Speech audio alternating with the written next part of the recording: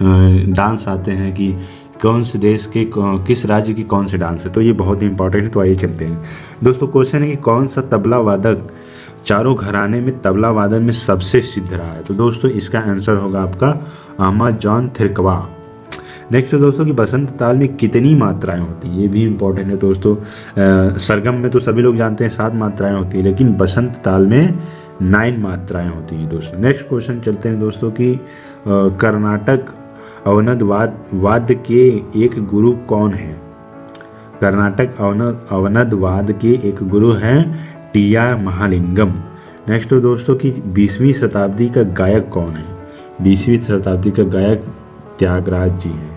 Next दोस्तों कि आंध्र प्रदेश की गौड़ जनजाति का प्रसिद्ध नृत्य क्या है, ये बताना है। तो दोस्तों ये है गुशादी। नेक्स्ट दोस्तों कि शास्त्रीय संगीत का प्रारंभिक स्रोत कौन सा वेद है। यस दोस्तों, ऋग्वेद, अर्थवेद, सामवेद, ये दे देगा तो आपको पूछना बताना पड़ेगा। दोस्तों शास्त्रीय संगीत का कौन सा है वेद, ये है आपका ऋग्वेद।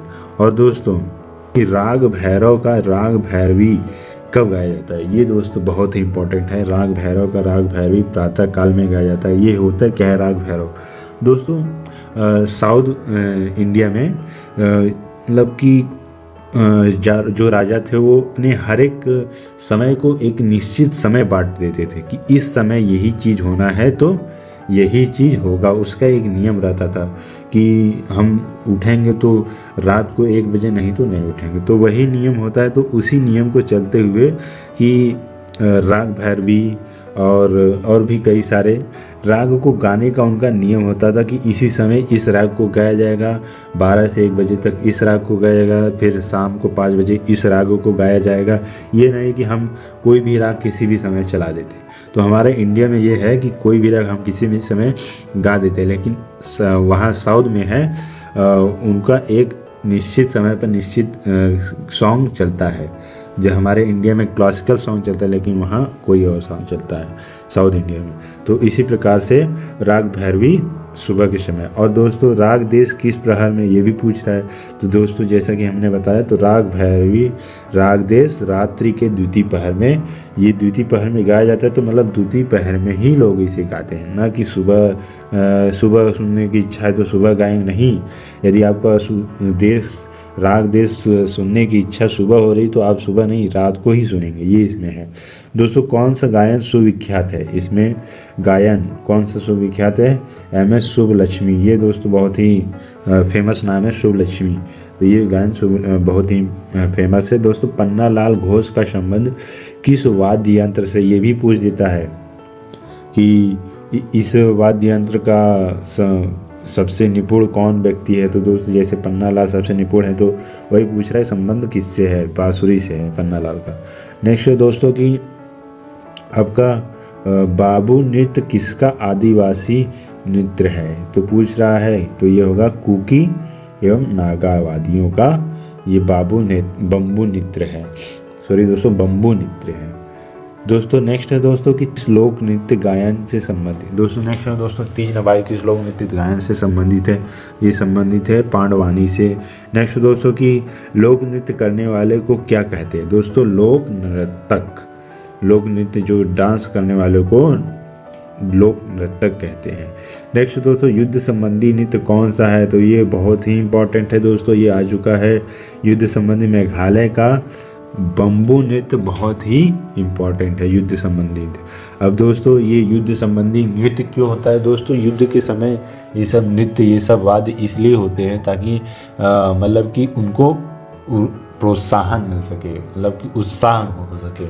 इसलिए युद्ध के समय और खाने के समय, मनोरंजन के समय अलग अलग नृत्य होते हैं और अलग अलग वाद्य यंत्र का इस्तेमाल होता है। तो दोस्तों नेक्स्ट क्वेश्चन है कि कौन सा भारतीय लोक नृत्य नहीं है। तो दोस्तों कथकली भारतीय लोक नृत्य नहीं है, क्योंकि भारत का लोक नृत्य कथक है, ना कि कथकली। नेक्स्ट दोस्तों कि रंगोली भारत के किस क्षेत्र की प्रमुख लोक कला है। ये भी इम्पोर्टेंट है दोस्तों। तो ये है कहाँ की आंसर, महाराष्ट्र की। नेक्स्ट क्वेश्चन है दोस्तों कि अल्पना भारत के किस क्षेत्र का प्रमुख लोक कला शैली है। ये बताना है। तो अल्पना आपका पश्चिम बंगाल का कला शैली है अल्पना। नेक्स्ट दोस्तों की मंडना लोक कला शैली का संबंध किस भारतीय राज्य से, ये भी बहुत इंपॉर्टेंट है दोस्तों। ऐसे ऐसे पूछ देगा कि इस नृत्य का संबंध किस राज्य से है, केरल का कौन सा नृत्य है, ऐसे असम का कौन सा नृत्य, उसी प्रकार से राजस्थान का मांडना लोक नृत्य बहुत ही फेमस है। दोस्तों अर्पण लोक कला शैली किस का संबंध किस भारतीय राज्य से, दोस्तों ये भी देखिए, तो ये है बिहार से। नेक्स्ट दोस्तों कलमकारी लोक कला का संबंध किससे है, तो ये है आंध्र प्रदेश से है। नेक्स्ट दोस्तों की सबसे प्राचीन वाद्य यंत्र कौन सा है, वीणा।